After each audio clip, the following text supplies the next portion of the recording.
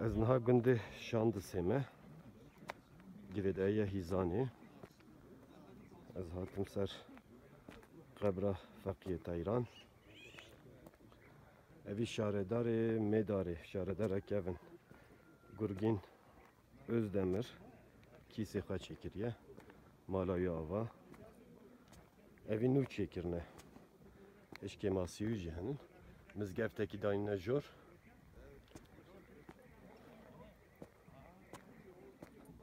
Du goristanê Feqiyê Teyran heye. Yek miksê ye, yek jî li vir e. Yani ser vî meselê em bêjin gotinên gelerî jî heye nav xelkê da çima wisa ye. Dibêjin dema Feqiyê Teyran ji miksê tê di Xeyîdê tê.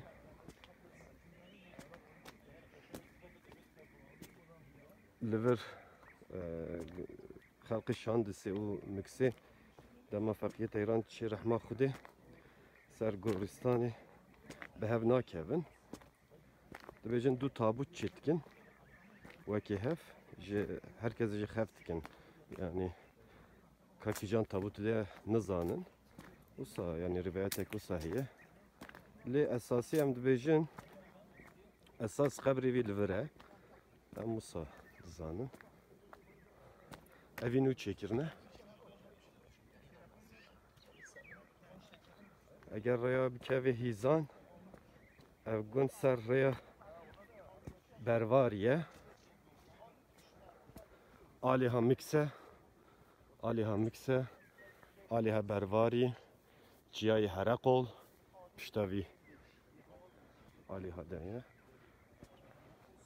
Hatta li vir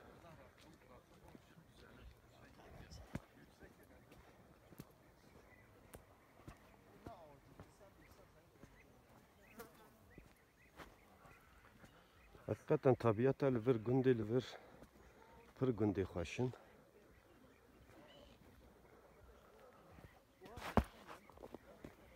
Em dema hatin şilî jî hat. Hem de pê me dişemtê ku ertişil e. Li vir goristanên gundiyan jî henin.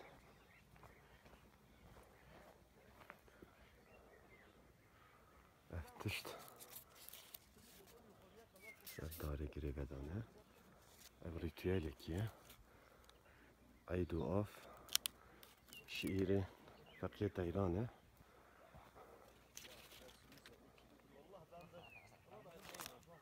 Kurmancı û Tirkî ser vî darê alqandine. Temaşe vî darê bikin Keko. Migo temaşe vî darê bikin helbestên Feqiyê Teyran alqandine.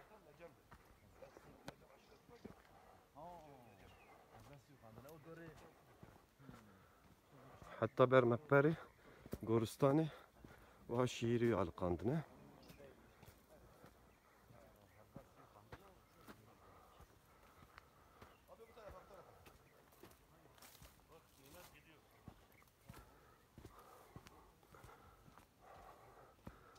Hakikaten ciyekê wisa xweş e. Dema em rêve hatin dibêjin ya Feqiyê Teyran zamanê çûkan dizanî. Çûkên wisa rind hebûn ser rê. Yani hakikaten min çûkê wisa rind nû dît. Bismillahirrahmanirrahim. Belê.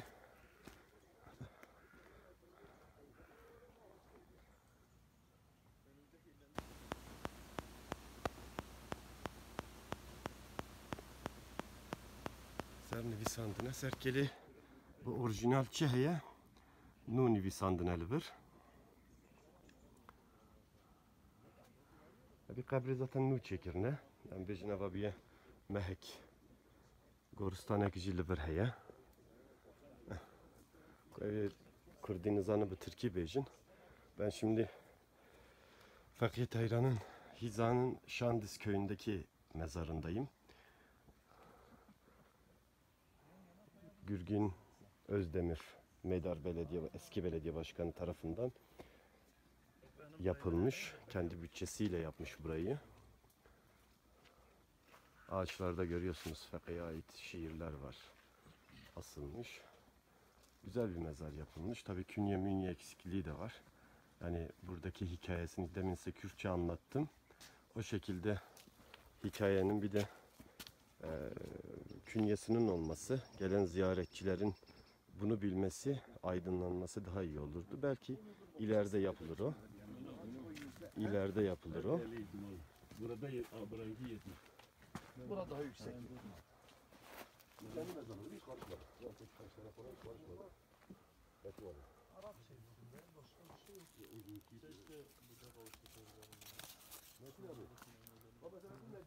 Yani yolunuz hizana düşerse mutlaka ziyaret edin. İnanılmaz güzel bir yer. Muazzam bir kokusu var. Yani ben diyebilirim ki büyülendim burada. İnanılmaz güzel bir yer. Hayır, eski duvara karşı hiç çıkmadı eskiden. Tabii onun önünü kapattı.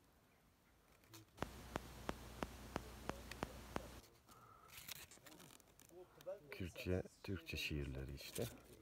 Böyle ağaçlara asılmış.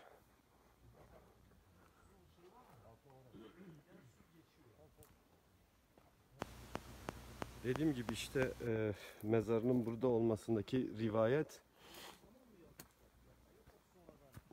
Müküs'ten küskün bir şekilde bu tarafa geldiğinde hayatının son demleridir. Burada vefat edince Bahçesaraylılar ısrarla mezarın işte Bahçesaray'da defnedilmesini istiyor. İki köy arasında bir sürtüşme, tartışma meydana geliyor. Bunlar da iki tabut yapıyorlar. Gerçek naaşı bir tabuta, diğer tabuta ise aynı ağırlıkta işte artık aynı ağırlıkta bir şeyler koyuyorlar. Fakat gerçek naaşının hangi tabutta olduğu bilinmiyor. Bu şekilde bir oylama yapıyorlar. Böyle yani bu sadece bir rivayet, bilimsel bir gerçekliği yok. Fakat biz çocukken de bize anlatılan gerçek mezarının burada olduğudur. Yani Hizan'ın Şandis köyünde olduğudur gerçek mezarının. İşte yeni yapıldı buradaki türbesi.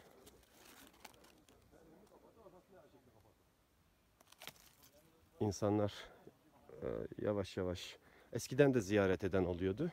Tabii bu türbenin yapılması tamamen bu işe gönül vermiş sevgiyle yani kendi emeğiyle kimseden yardım almadan kendi bütçesiyle yapmış o bahsettiğim arkadaş.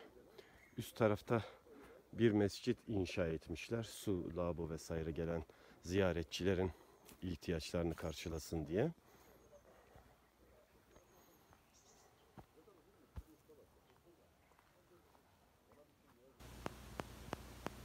Yalnız ben bu detayları bilmiyorum, bu detaylar beni çok duygulandırdı. Her ağaçta ta mezarlığa kadar şiirleri var. Fakat Kürt edebiyatında, klasik Kürt edebiyatında önemli ve büyük bir yere sahip. Biz onun işte şiirleriyle, hikayeleriyle, anlatımlarıyla büyüdük. Çocukken babaannemizden dinlerdik, annemizden dinlerdik. Demin gelirken işte birden farklı türde kuş gördüm. İşte annem anlatırdı çocukken, derdik işte Fakiyet Ayran mavi kanatları olan masmavi ışıklar saçan bir kuşu takip ederek, konuşarak yürümüş ha yürümüş. Demin gelirken böyle ilk defa gördüğüm kuş türlerine denk geldim yol üstünde. Hatta bir tanesi çok çok güzeldi. Hani kendimce Fakiyet Ayran, işte kuş dilini bilen, kuşlarla konuşan biri için bu tabiatın önemini tekrar kavradım. Yani bu anlamda bir bağlantı da kurdum kendi kendime.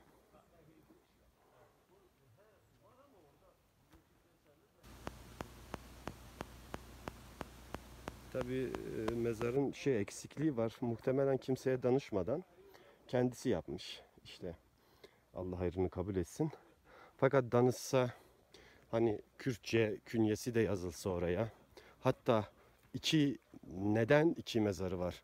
Buna dair de buraya bir künye, o efsane de anlatılsa hem daha ilgi çekici olur hem de insanların aklındaki o soru işaretleri ya da oluşabilecek çelişki bir nebze olsun giderilirdi.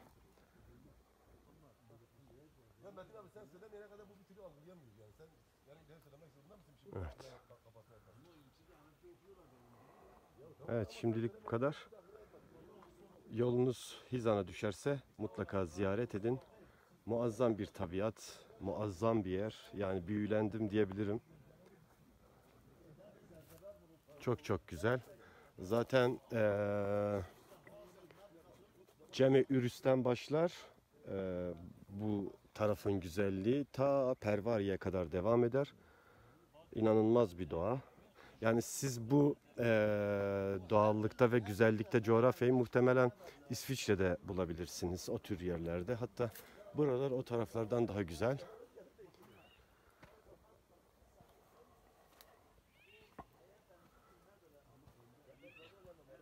Evet. Geldiğinizde Bahçesaray, Pervari ayrımından Pervari'ye doğru devam ediyorsunuz. Yaklaşık 5-6 kilometre. 5-6 kilometre ilerledikten sonra sola dönüyorsunuz. Zaten Şandis orada hemen karşınıza çıkacak köy. Güzel, geleneksel evlerden yapılma bir köyümüz. Yani ulaşımı da rahat. Evet.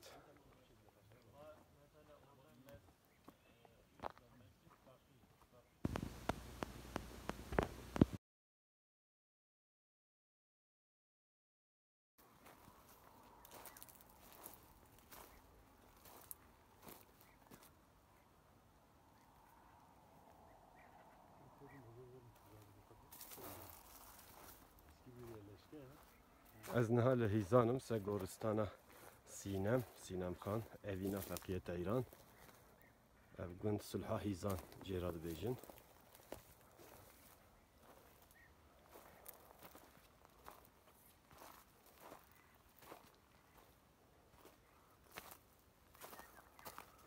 Feqiyeta İran ser Sînem helbestekî dirêj dinivîsîne. Dibêje hevar Sînem ev qesrîka serê xanî derî jî zêr mifte ji mircanî. Ez terka çavê reş û belek nadim hetra İsrafîl sûrê neket levra tu şêxî ez mirîdê te me.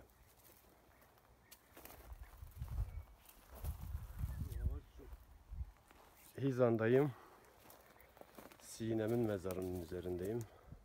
Kürt şairi, tasavvuf ehli Feqiyet İran kendisine büyük bir aşk duymuştur. O duyduğu aşk Kürtler arasında büyük bir destana dönüşüp günümüze kadar ağızdan ağza gelmiştir.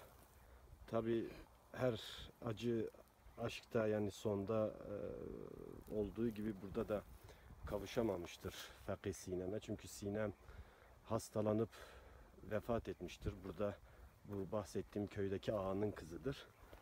Burası da onun mezarıdır. Kürtler tarafından fazla bilinmeyen bir aşk destanıdır. En az Hizan, Bitlis, Siirt bölgesinde Memuzin kadar bilinen bir aşk öyküsüdür. Bu sebepledir ki Fakih'in bir mezarı Şanlis'te yani Hizan'ın bir köyündedir. Bir diğer mezarı ise Miks'te yani Bahçesaray'da. Zaten kendisi vasiyet ediyor diyor bir mezarım burada olsun Sinem için. Bir diğer mezarım ise Miks'te olsun yani Bahçesaray'da. Bu da mezarlığın yerleşkesi. Tabi Sulha Hizan eski Davudi Beylerinin ileri karakol merkezlerinden bir tanesidir. Köyün hemen girişinde eski kalenin surları bulunuyor. Burası Davudi Beylerinin egemen olduğu bir coğrafyadır. Yani yolunuz Hizan'a düşerse hemen Gayda'dan 1 kilometre sonra Sulha Hizani diye bir köy var. Orayı ziyaret edip sorduğunuz takdirde size mezarı göstereceklerdir.